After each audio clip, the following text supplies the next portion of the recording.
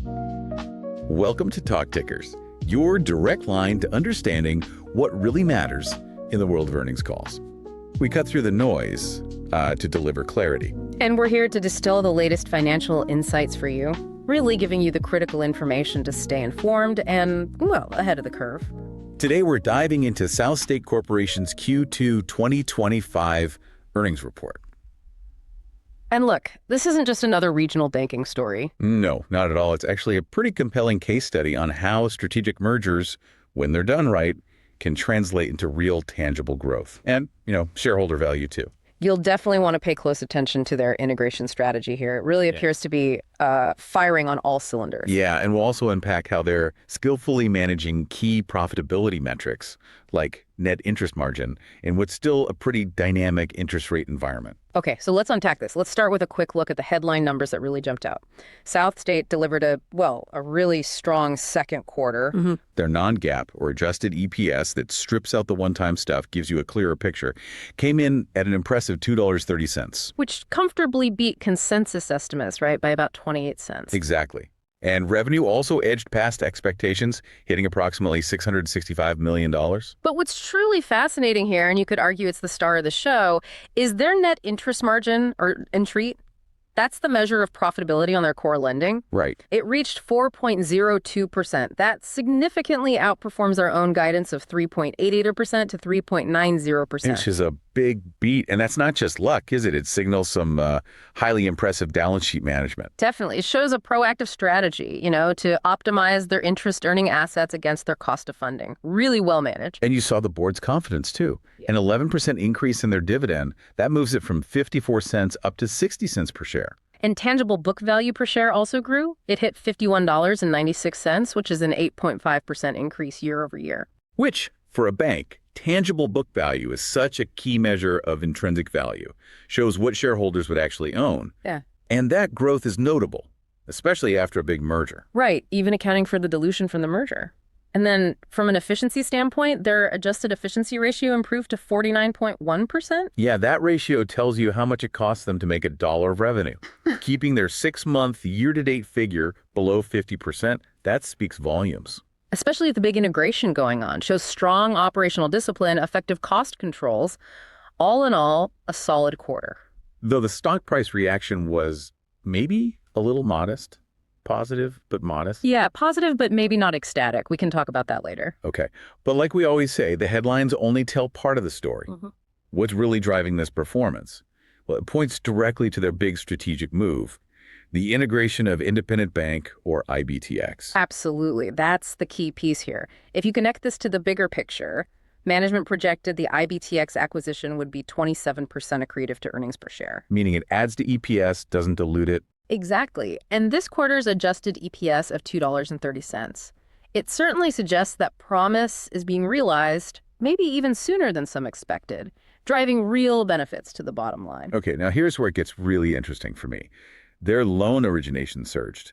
A remarkable 57% quarter-over-quarter jump. Wow, 57%. That's huge. Yeah, from around $2 billion up to over $3 billion. And a big chunk of that momentum came directly from the new markets in Texas and Colorado. Loan production there increased by 35%. And that's non-PCD loans, right? So newly originated stuff, not just acquired loans rolling over, about $200 million growth there. Right. A 57% jump in originations right after a merger is quite a win. And what's particularly impressive, I think, is that this loan momentum in Texas and Colorado happened in the very same quarter they finished the IBTX computer system conversion. Which is like, as you said, changing a tire on a moving car. It's incredibly difficult. Totally. Management specifically highlighted the tremendous teamwork involved. They even called it one of the best we've ever done. That level of execution, that internal coordination, it's so critical in these big integrations.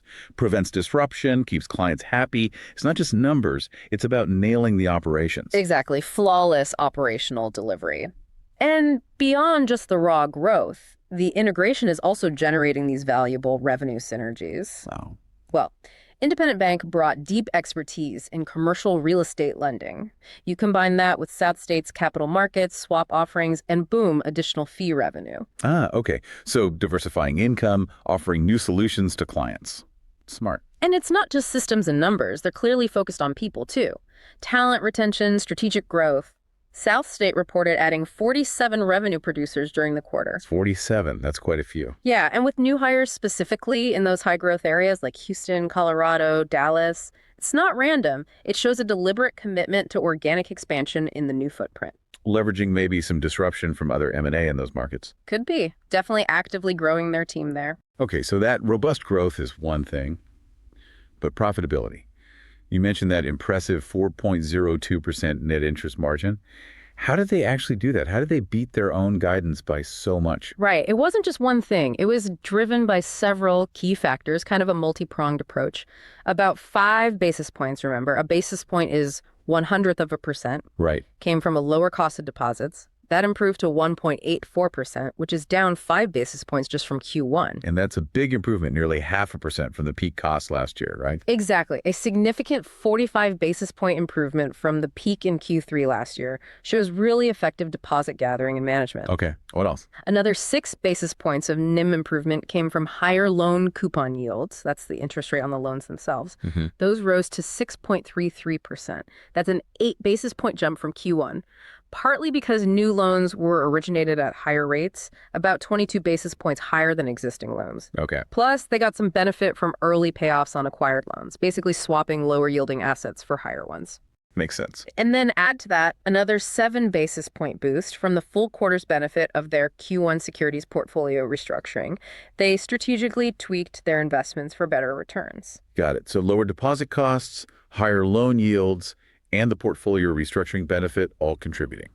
Precisely. So with all those factors working so well, what does this mean for their margin going forward, especially with rates maybe not changing? Well, management is guiding for NIM to stay between 3.80% and 3.90% for the rest of 2025. Which seems a bit conservative after hitting 4.02%. It does, yeah. But they're likely being careful considering all the moving parts and potential rate shifts. But importantly, they expect it to drift higher in 2026. Why higher in 26? Mainly because their legacy SouthState loan book, the loans from before the merger, will keep repricing upwards. Older, lower rate loans mature or reset, and that helps the overall margin over time. Okay. And what about interest rate sensitivity? How do rate cuts or hikes affect them? They talked about that. They expect about a 1 to 2 basis point improvement to their overall margin for every 25 basis point rate cut. Improvement from a cut. How does that work? Because they have a substantial floating rate loan portfolio, and their deposit costs would likely fall faster than loan rates in a cutting environment. So their spread widens. Interesting. But they're not banking on cuts this year. No. They explicitly said they are not anticipating any rate cuts for the rest of 2025. That's the basis for their current NIM guidance. So they're prepared for cuts, positioned to benefit, but not counting on them for 25. Okay, that strong NIM is great. But what about the engine driving revenue loan growth? Management sounded pretty bullish, guiding for mid-single-digit loan growth for the rest of the year. What's behind that confidence? It really comes down to their loan pipelines. They saw a huge 45% increase in Q1 and then another 31% increase in Q2 on top of that already strong base. Wow, that sustained accelerating growth in the pipeline. Exactly. That makes management quite bullish. They even suggested potential for mid to upper single-digit growth in 2026 if the yield curve cooperates, becomes more favorable. And there's also loan accretion income, right, from the acquired loans. Yes, significant amounts. They expect about $75 to $85 million just in the back half of 2025, and an even bigger number, approximately $150 million in 2026. That boosts net interest income without having to originate brand new loans. Okay, switching gears to expenses. That 49.1% adjusted efficiency ratio is good, especially after a merger. Any changes expected there? No significant changes to their prior expense guidance, which is good news. Seems like they're executing well on the cost savings from the merger integration. No surprises coming. Well, they did mention that the July 1st merit increases for their employees are already baked into the Q3 expense outlook, so you'll see that next quarter, but it's expected, not a surprise deviation. Got it. Finally, let's talk capital and their strategic position. After such a strong quarter, how are they looking? They look very strong. Their Common Equity Tier 1 or CET1 ratio is nearly 10.5%, even including AOCI. And CET1 is that key measure of financial strength, core capital versus risk. Exactly. And that ratio is actually up 12 basis points from a year ago. That indicates a very healthy capital position.